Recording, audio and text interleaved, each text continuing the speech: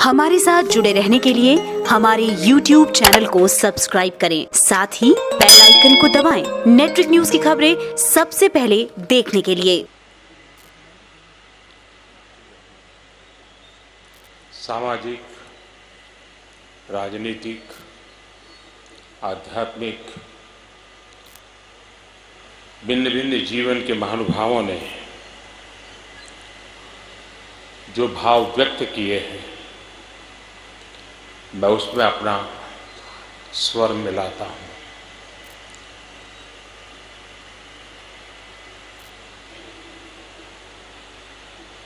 सुषमा जी के व्यक्तित्व के अनेक पहलू थे,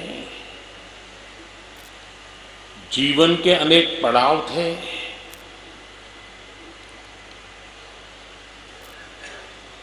और हम भारतीय जनता पार्टी के कार्यकर्ता के रूप में एक अनन्य निकट साथी के रूप में काम करते करते अनगिनत अनुभवों, घटनाओं, उसके हम जीवंत साक्षी हैं।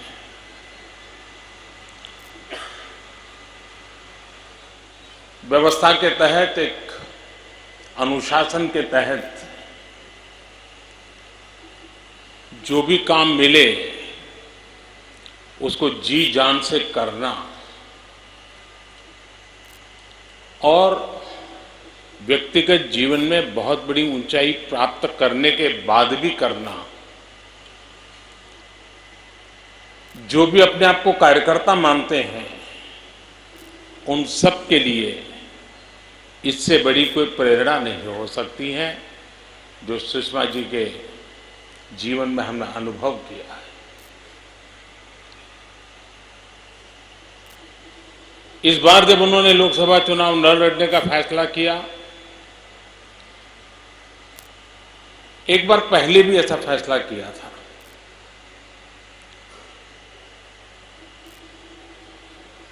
और वो अपने विचारों में बड़ी पक्की रहती थी। तो मैं और वेंकैया जी उनसे मिले, उन्होंने मना किया, लेकिन जब कहा कि आप कर्नाटक जाइए और एक विशेष परिस्थिति में इस मुकाबले में रह गए, परिणाम करीब करीब निश्चित था, लेकिन ये चुनौती भरा काम था, पार्टी के लिए मुझे करना चाहिए। एक पल का भी ना कहे बिना उन्होंने उसको किया। परिणाम निश्चित था, फिर भी किया। इस बार मैं उनको बहुत समझाता रहता था कि आप चिंता मत कीजिए, हम सब संभाल लेंगे, आप एक बार। लेकिन इस बार वो इतनी पक्की थी और उनको भी पता था कि शायद कहीं पीछे से मुझ पर दबाव आ जाएगा, इसलिए उन्होंने सार्वजनिक घोषणा कर दी ताकि कोई किसी का दबाव चले ही नहीं। यानी वो अपने विचारों की पक्की भी थी और उसके अनुरूप जीने का प्रयास भी करती थी। आमतौर पर हम देखते हैं कि कोई मंत्री या कोई सांसद नहीं रहता है, मंत्री नहीं रहता है, लेकिन सरकार को उसका मकान खाली कराने के लिए सालों तक नोटिस पर नोटिस भेजनी पड़ती है, कभी कोर्ट कचहरी तक होती है। सुषमा जी ने एक प्रकार से सब कुछ समेटने का तय ही कर लिया था। चुनाव नतीजे आए, उनका दायित्व पूरा हुआ, पहला काम किया, मकान खाली करके अपने निजी निवास स्थान पर वो पहुंच गई। सार्वजनिक जीवन में ये सब चीजें बहुत कुछ कह जाती है। सुषमा जी का भाषण प्रभावी होता था, इतना ही नहीं है, प्रेरक भी होता था। सुषमा जी की वक्तृत्व में विचारों की गहराई हर कोई अनुभव करता था, तो अभिव्यक्ति की ऊंचाई हर पल नए मानक पार करती थी।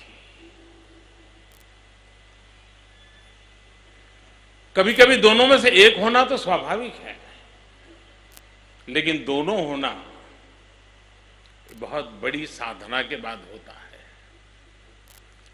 वे कृष्ण भक्ति को समर्पित थी। उनके मन मंदिर में कृष्ण बसे रहते थे। हम जब भी मिलते थे तो वो मुझे जय श्री कृष्ण कहती, तो मैं उनको जय द्वारकाधीश कहता था। लेकिन कृष्ण का संदेश वो जीती थी। वो उनकी इस यात्रा को अगर एक पूर्ण रूप से देखें तो लगता है कर्मण्यवाधिकारस्ते क्या होता है, सुषमा जी ने जीवन में दिखाया था। अब जीवन की विशेषता देखिए, एक तरफ शायद उन्होंने सैकड़ों घंटों तक अलग अलग फोरम में जम्मू कश्मीर की समस्या पर बोला होगा, धारा 370 पे बोला होगा, हर फोरम में बोला होगा। एक प्रकार से उसके साथ वो जी जान से हर भारतीय जनता पार्टी या राष्ट्रभक्त विचार के कार्यकर्ताओं के लिए इतना जुड़ाव था उस मुद्दे पर।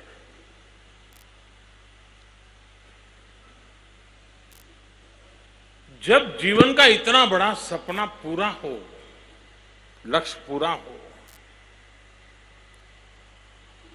और खुशी समाती न हो,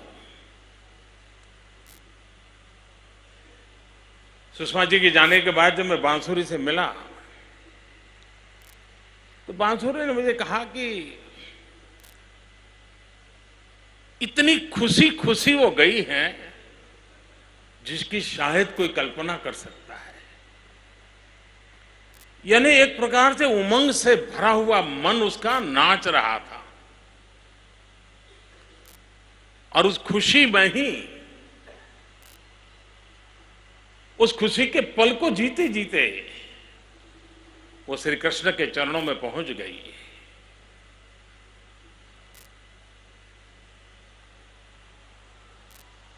अपने पद को, अपनी व्यवस्था में जो काम मिला उसमें श्रेष्ठ परंपराओं को बनाते हुए समकालीन परिवर्तन क्या लाना,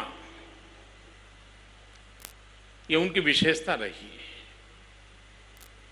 आमतौर पर विदेश मंत्रालय यानी कोट पैंट टाई प्रोटोकॉल, इसी के आसपास प्रोटोकॉल की ही दुनिया, हर विदेश मंत्रालय की हर चीज में प्रोटोकॉल सबसे पहले होता है। सुषमा जी ने इस प्रोटोकॉल की पूरी परिभाषा को पीपल्स कॉल में परिवर्तित कर दिया। वसुधैव कुटुंबकम विदेश मंत्रालय कैसे सिद्ध कर सकता है, उन्होंने विश्व भर में फैले हुए भारतीय समुदाय के माध्यम से उनके साथ उस निकटता को जोड़ करके, उनके सुख दुख का साथी हिंदुस्तान है, उसके पासपोर्ट का रंग कोई भी क्यों न हो, उसकी रगों में अगर हिंदुस्तानी खून है तो वो मेरा है, उसके सुख दुख, उसकी समस्या ये मेरी समस्या है। ये पूरे विदेश मंत्रालय के चरित्र में परिवर्तन लाना बहुत बड़ा काम था और इतने कम समय में वो परिवर्तन लाई। विदेश मंत्रालय का, एम्बेसीज का, मिशन में बैठे हुए लोगों का इतना बड़ा बदलाव करना कहने में बहुत सरल लगता है, लेकिन पल पल एक एक चीज को गढ़ना पड़ता है, जो काम सुषमा जी ने किया। एक समय था, आजादी के 70 साल करीब करीब देश में करीब करीब 70 पासपोर्ट ऑफिस थे, 77 एक प्रकार से हम कहें। सुषमा जी के कालखंड में मंत्रालय जनता के लिए होना चाहिए, इसका परिणाम यह था कि 70 साल में 77 पासपोर्ट ऑफिस और 5 साल में 505 ऑफिस पासपोर्ट की। यानी कितने बड़े स्केल पे काम होता था।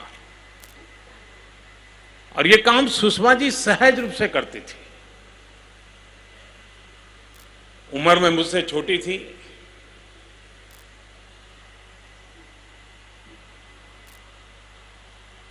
शारीरिक मर्यादाओं से वो जूझती भी रहती थी, जिम्मेवारियां निभाती भी रहती थी।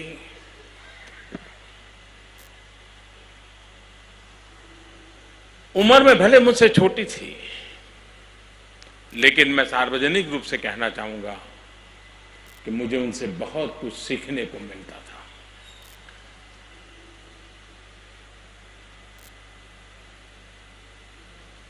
विदेश मंत्रालय की कुछ परंपराएं बहुत उत्तम प्रकार की परंपराएं हैं।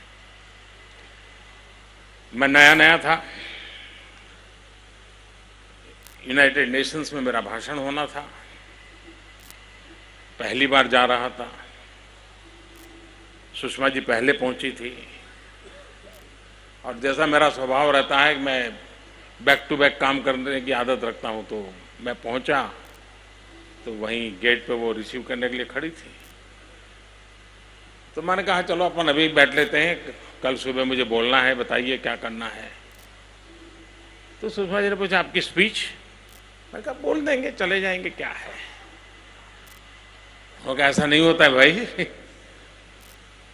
ये दुनिया में भारत की बात करनी होती है, आप अपनी मनमर्जी से नहीं बोल रहे। मैं प्रधानमंत्री था, वो मेरी विदेश मंत्रालय को संभालने वाली मेरी साथी मंत्री वो किसी कह रही अरे भाई ऐसा नहीं होता है।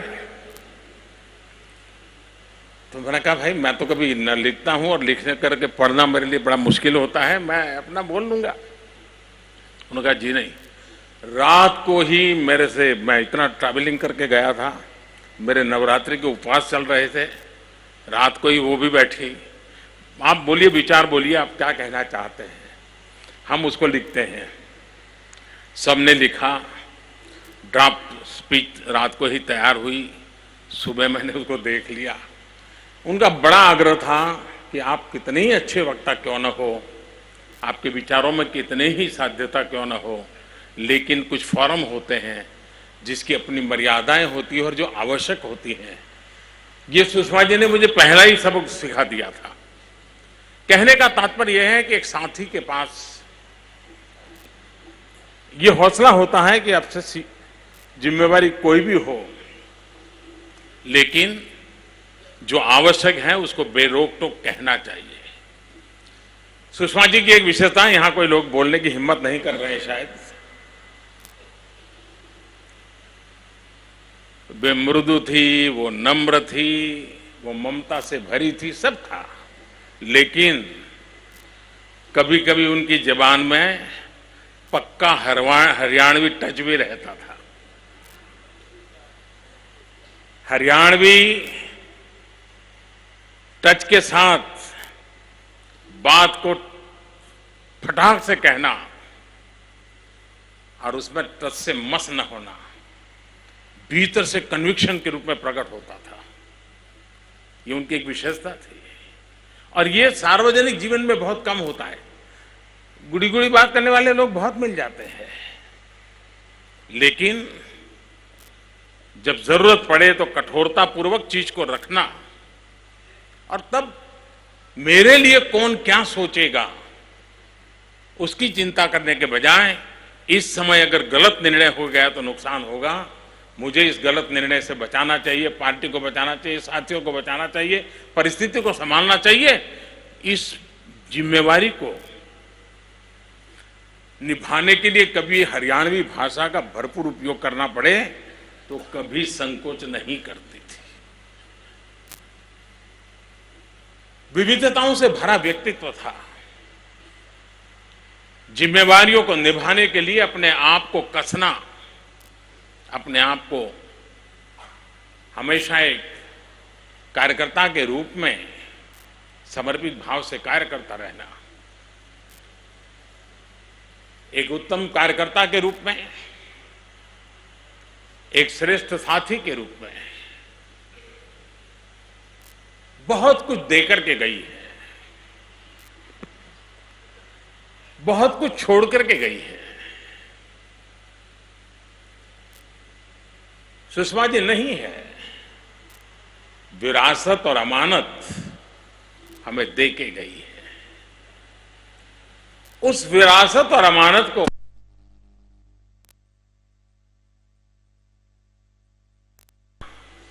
कभी कभी जरूरत पड़े तो सजाना